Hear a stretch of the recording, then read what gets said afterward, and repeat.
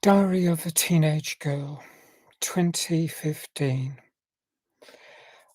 I saw this first in the cinema in 2015 when it was released, maybe 2016, it was around that time anyway.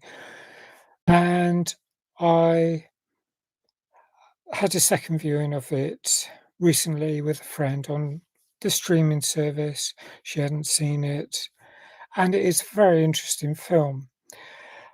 However, I would say I found it even more shocking than when I first remember seeing it. It's set in San Francisco in the 1970s, and it stars Belle Powley as the main character, the teenage girl in this question. And she keeps an audio diary. It's she has a cassette recorder, very much like the cassette recorder I used to have in the 70s. Wow, that sort of brings back memories. Oh, that was an amazing time. Now we can just use our phones to record audio, but at that time, you had to have a little cassette tape, and it was a sort of uh, it was portable. It was about probably 25 centimeters by 10 centimeters by 7, 8 centimeters in dimension, and so you could easily carry it about. But I just loved it as a way of being able to record things, and so this was a real trip down memory lane from those times. Um, so it's pretty awesome, but I kept when I started writing a diary in 1977. I did um, a written diary, A5, date to a page, still got it, absolutely love it. It's really interesting to see my insights from when I was growing up, all those years, all those self discoveries, the highs, the lows of growing up. But this is is all about, as a teenage girl, the coming into she's 15 years old, so she's in her adolescence, and it starts off really heavy. It's got some similarities to Fish Tank, to Mia's character, I think, because she's 15 and again gets taken advantage of by an adult man, and oh, just awful. Um, and in this case, I mean, given the law in the USA, it's actually even more stringent, because anyone between 0 and 17 is counted as a minor, and it's consensual. In the UK, I think it's up to 15. You have to be 16 before. And actually, I don't know about 16, 17-year-olds, but um, really, I think it's all wrong.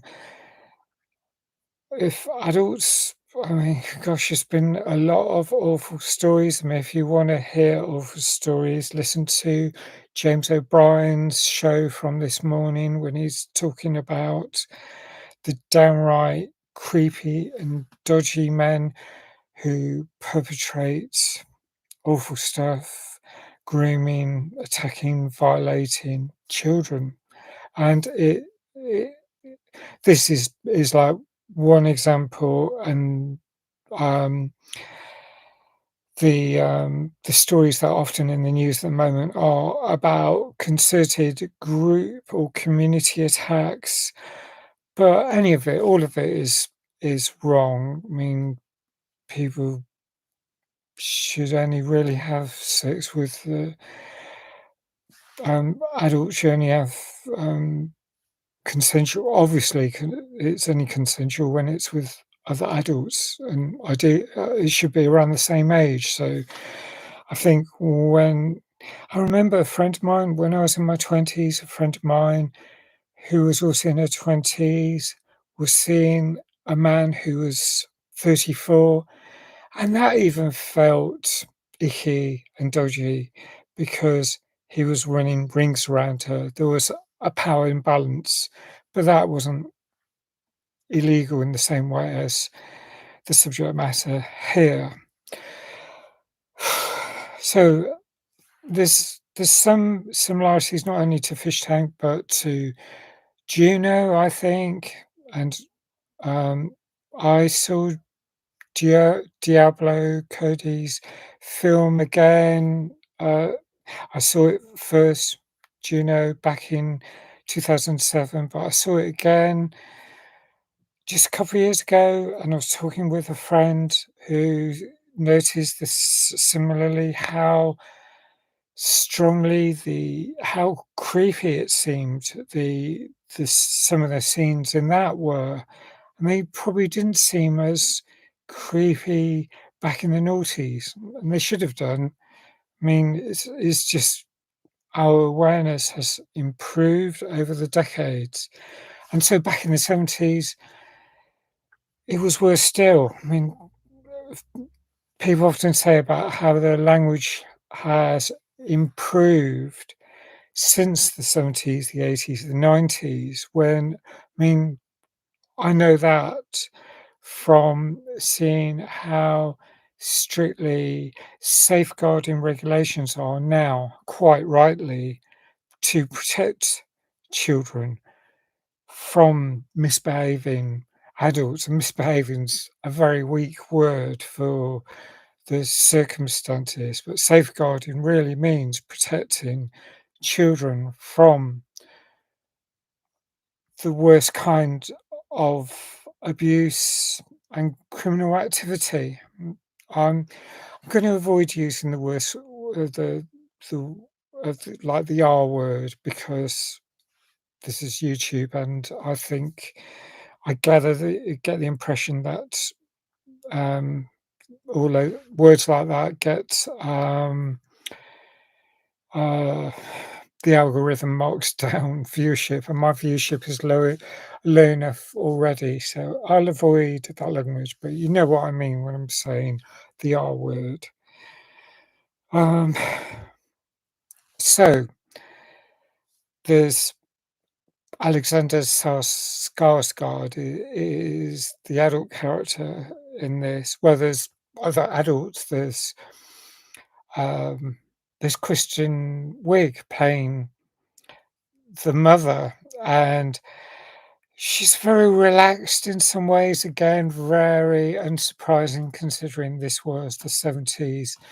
Um, and Kristen Wiig is absolutely brilliant. I think Bel Powley is brilliant as well. I mean, Uh, Bel Powley, I remember from A Royal Night Out, where she plays Margaret, from Detour, where she plays Cherry, from Turn Me On, where she plays Jo. And she's been great in many films over the years. And so is Kristen Wiig, in Bridesmaid, and quite a few comedies. But she can play a more serious role, and this is a serious role. But the mother seems a bit relaxed. I mean, some of the things she says, like she tells, she says to her daughter um, that she's got a power that she probably doesn't realize, and of course we all know what she means, but it really doesn't help. And she says things also like that um, she did, um,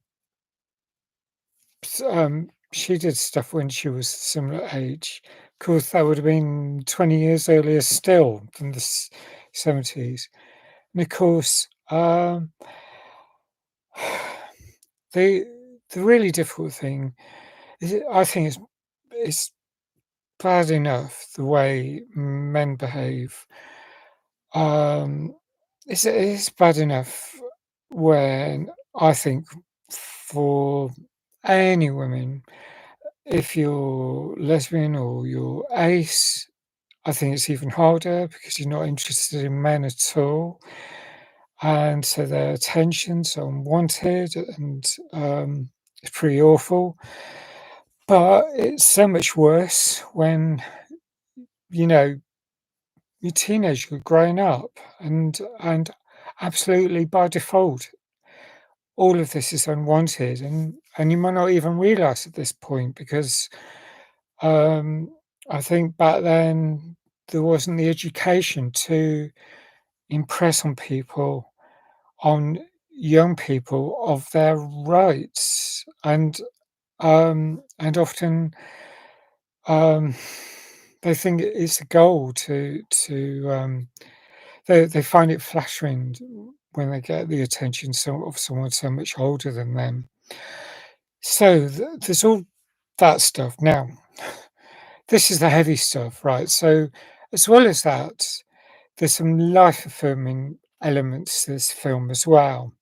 Um, there's playful animation, um, there's a lot of, cartoon elements, they they sort of, appear, they sort of blend in with the live action in a beautiful way, and again, that's got some similarities, I think, to Juno, because I remember this animation in that at times, and loads of other films as well, but that's the first one that I was reminded of. Um, and there's a sort of poetic element, and when she because she's growing up, I mean, she's got interest with a boy in her class, and someone her actual age, which is more reassuring. So there's some things that are more wholesome, and there's a lot of that appears as the film goes on. So you have to get over the first hurdle, and then things start to relax and become a bit more enjoyable to watch. And I think it is a great film in that respect. And the 70s was, I would say, a very strange time when a lot of awful things happen. Um, oh, it's the era I was growing up, and I think I was very lucky. I managed to avoid most of it. Um, I remember I used to go for walks in the countryside, and I'd go, you know, for you could actually, parents were more trusting of children going outside. I went walking in the 70s, like when I was like, I'd walk home from school when I was 9, 10, 11 years old. And it got worrying when at one point when it got bullied by a kid who was much older, probably 16, 17 years old. That was scary. But most experiences I had, there was a lot of freedom, and I never, apart from that bullying incident, I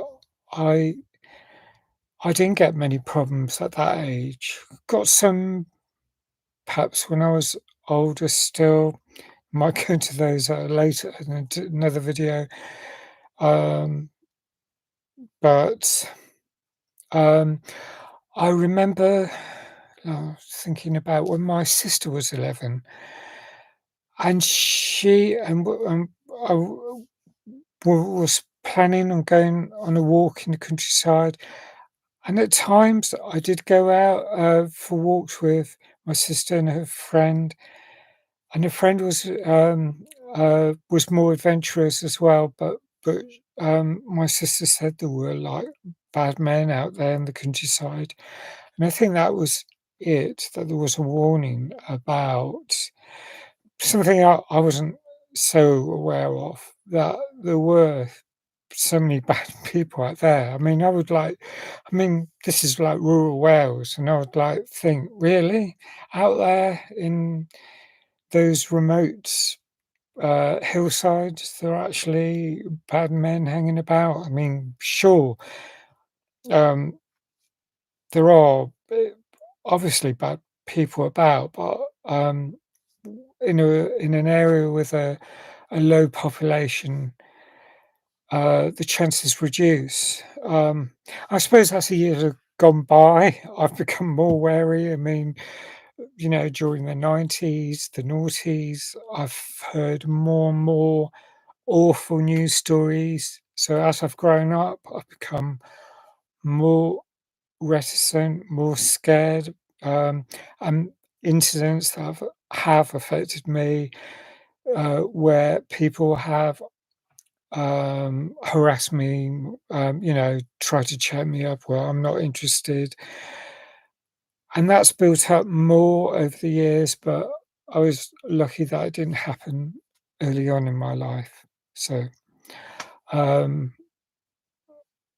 that that's it. So let's see. I will score this film 9 out of 10. I think it's excellent. There's not much to fault it. I mean, it's very um, adventurous. It covers some heavy subjects, um, and I trying to think of things I would be critical of it, but there isn't that much. Films like this, I think, are great to just learn from, understand, empathize. If you haven't had any bad experiences, watch this and learn because it shows that some people do. And of course, some of us are more privileged than others. I mean, it all depends on circumstances. It depends on class, background, lots of factors. Um, but a lot of people have faced real difficulties. Okay, that's all I'm going to say. So please let me know your thoughts. Please like if you like this review. Thanks if you subscribe. Hit the notification button, and I hope to see you again soon. Bye for now.